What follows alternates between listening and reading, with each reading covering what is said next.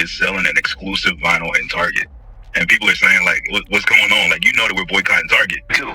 You know what I'm saying? So, we should millions and millions of people go back. Target want that old thing back. Target is outside with a boombox like, please come and holler at me. Please take me back. Jay-Z has never been one of my favorite people. He has never been a genuine representation of the black community. Jay-Z, I see you, and I thought you got all that money so you could stand on your feet and not stay on your knees. While we're on the topic of boycotts, it's also very important to boycott the person. This whole situation started with what should have been a simple anniversary drop.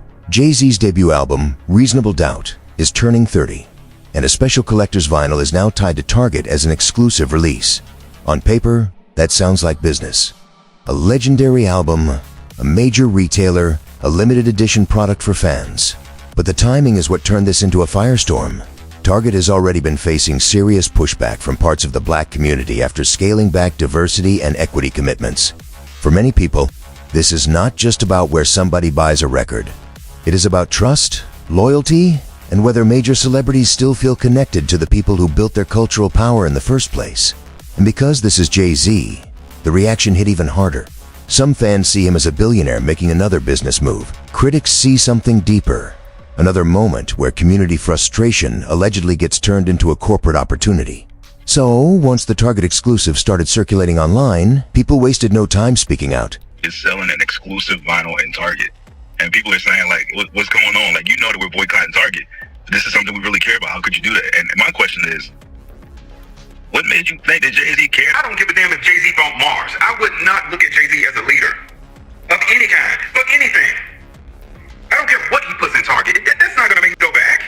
Target want that old thing back. Target is outside with a boombox like, please come and holler at me. Please take me back, black community. Target is not just outside with a boombox. Target is on its knees with roses. Target is like, how do we win the black community back? Put DEI back, or we just say, hey, you know what? We are 4 black women. They say, you know what? They want reasonable doubt. That's what they want. Jay-Z has never been one of my favorite people. He has never been a genuine representation of the black community.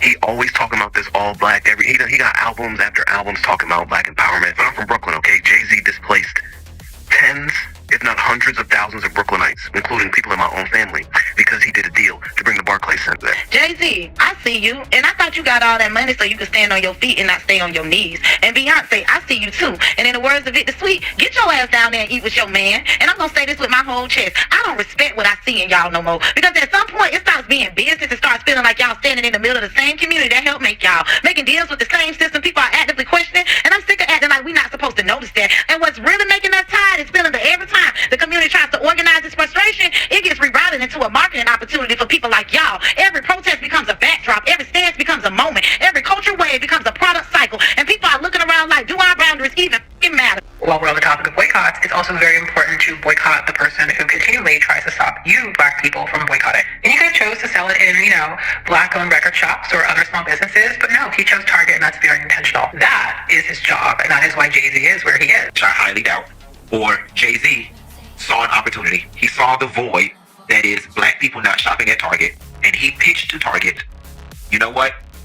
I'm in the black culture. I got this huge cult-like following. If y'all give me a load of money, I will team up with y'all exclusively to do this. And it's like, Jay-Z, you leveraged the boycott and the struggle of our people who are attempting to put Target in their place. You leveraged that for your own personal gain, and it's f***ed up. And that is why this backlash is spreading so fast. It is not only about a vinyl. It is about what people believe this deal represents. For years, Jay-Z has been praised as one of hip-hop's greatest success stories.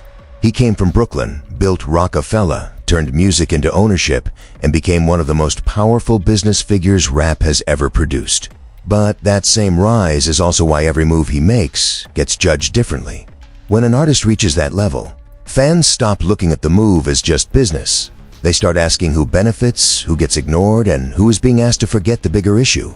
The Target release is being promoted as a collector's edition celebrating the 30th anniversary of Reasonable Doubt. The album is one of the most respected debuts in hip-hop history. And for longtime fans, a special edition could have been a major moment. The package includes a white vinyl variant, exclusive artwork, special packaging, and collectible extras. From a music industry angle, retail exclusives are nothing new. Artists do them all the time. Labels use them to boost sales, collectors chase them, and big stores use them to bring loyal fans through the door. But critics are saying this is not a normal moment. Target has been under pressure since the company pulled back several DEI-related commitments. That move triggered a boycott campaign, including the Target Fast, led by faith leaders and supported by some civil rights voices. The message from boycott supporters has been simple. Do not reward a company that made promises to black consumers and then changed direction when the political climate shifted. So when Jay-Z's name appeared next to Target, people immediately connected it to a larger pattern. The argument online is not that Jay-Z is responsible for Target's policies. The argument is that someone with his influence had options. He could have made the release available through independent record stores, black-owned shops, his own platform, or a wider release that did not appear to help Target rebuild cultural credibility during an active boycott. Supporters see it differently. They argue that this is a music release, not a political statement. They say fans should not expect every artist to enforce every boycott. And they point out that Jay-Z has built a career by moving inside major institutions instead of standing outside them. But that defense is not landing with everyone, because for a lot of critics, Jay-Z is not being judged like a normal artist. He is being judged like a symbol. A man who sold the dream of ownership, independence, black excellence, and moving smarter than the system. So when that same man links a classic black cultural album to a retailer currently under boycott pressure, people are going to question the message. And this is where the conversation starts sounding familiar. Because for many fans, this is not the first time Jay-Z has been accused of standing beside a powerful institution while the community was still in the middle of a fight. That is why the NFL situation is coming back up again. You know what I'm saying? So, we reach millions and millions of people, and or we get stuck on Colin not having a job. Can you hear what you said? What? Can you hear what you said? Okay, I think we passed kneeling. The reason the NFL chapter still bothers people is because Colin Kaepernick's protest was never just about football.